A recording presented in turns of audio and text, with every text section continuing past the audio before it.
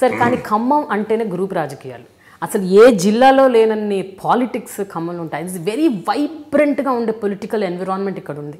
So ఇటువంటి పరిస్థితుల్లో even మీ పార్టీలోనే అసమ్మతులు ఉన్నారు, రెబెల్స్ ఉన్నారు. సో లోకల్గా మీరు అది మీకు తలకాయ నొప్పి కదా, ఏ రకంగా మీరు వాళ్ళని డీల్ చేస్తున్నారు? ఒక్కటి రాజకీయాలంటేనే ఒక పెద్ద కుంపటి, అది ఆ కుంపట్లో ఒకసారి ఏలు పెట్టిన తర్వాత చేయి కాలకుండా ఉండదు.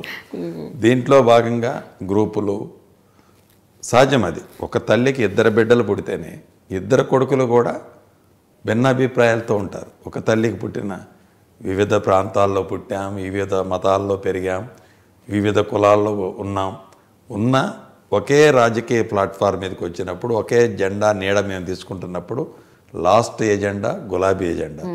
సో ఆ గులాబీ ఎజెండా కింద అందరం పనిచేస్తాం, ఇప్పుడు చేస్తున్నాం కూడా.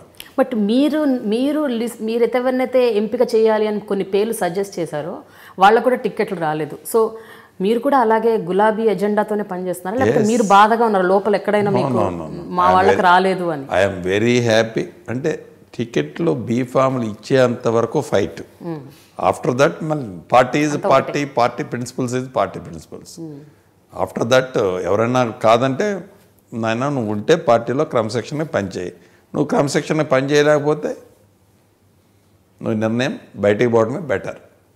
రేవంత్ రెడ్డి గారి మీద జరిగిన దాని గురించి మీరు ఏమనుకుంటున్నారండి? అది రైటా రాంగా? ఇప్పుడు ఈరోజు జరిగింది అది యాక్చువల్గా ప్రభుత్వం చేసింది కాదు. తను ముఖ్యమంత్రిగా ఏదైతే అక్కడ పబ్లిక్ మీటింగ్ పెడతాను అన్న దాని మీద, తను నేను పెట్టనివ్వను అన్న దాని మీద ఇతను ఇలా అంటున్నాడని ఒక కంప్లైంట్ ఇచ్చింది ఎలక్షన్ కమిషన్. అది ఎలక్షన్ కమిషన్ తీసుకున్న నిర్ణయం, రాష్ట్ర ప్రభుత్వానికి సంబంధించిన నిర్ణయం కానే కాదు, ప్రభుత్వ నిర్ణయం కాదు అది. ఇప్పుడు ఆపద్ధర్మ ప్రభుత్వం ఉంది, ఆపద్ధర్మ ప్రభుత్వంలో ఏ రకమైన డెసిషన్లు తీసుకోలేరు, తీసుకున్నా అది ఇంప్లిమెంటేషన్ అవ్వదు. రాష్ట్ర ప్రభుత్వానికి ఏదైతే ప్రజలు అనుకుంటున్నారో లేకపోతే అనుకోబోతున్నారో అని మీరు అడిగే క్వశ్చన్కి కేసీఆర్ గారికి టీఆర్ఎస్ పార్టీకి రేవంత్ రెడ్డి గారి అరెస్ట్కి ఏ రకమైన సంబంధం లేదు. రకరకాల సర్వేల గురించి మీరు ఏమంటారు? ప్రతి సర్వేలో టీఆర్ఎస్ తక్కువ ఉంది, మహాకూటమికే ఎక్కువ వస్తున్నాయి అని వస్తుంది. సో మీరు ఏమనుకుంటున్నారు దీన్ని బట్టి మీకేమనిపిస్తుంది? ఒక ఉదాహరణ చెప్తాను.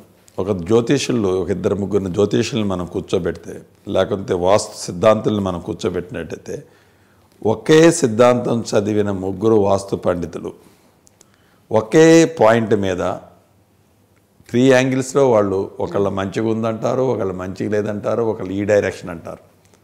అదే రకంగా ఈ సర్వేలలో కూడా ఎవరికి తోచిన సర్వే వారికి ఇస్తారు. నేను కూడా సర్వేలు చేయించుకుంటుంటాను. ఎందుకు నేను 10 నియోజకవర్గాల సర్వే చేయించుకుంటాను. నేను ఒకసారి చేయించిన దానికి రెండోసారి చేయించిన దానికి అది డిఫరెన్స్ వస్తుంది. ఈ సర్వేలన్నీ ఒక భాగం. ప్రజల నాడి మనకి చాలా స్పష్టంగా కనిపిస్తుంది.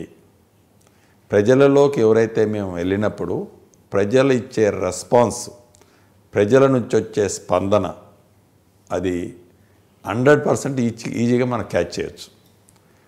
ఇప్పుడు ఈనాడు నేను ఇందాక మీకు ఎందుకు అంత కాన్ఫిడెంట్గా చెప్పగలిగినంటే, రేపు డిసెంబర్ 11వ తారీఖు ఫలితాలు ఏవైతే రాబోతున్నాయో 100కి 100% మళ్ళీ టీఆర్ఎస్ ప్రభుత్వం అధికారంలోకి వస్తుంది.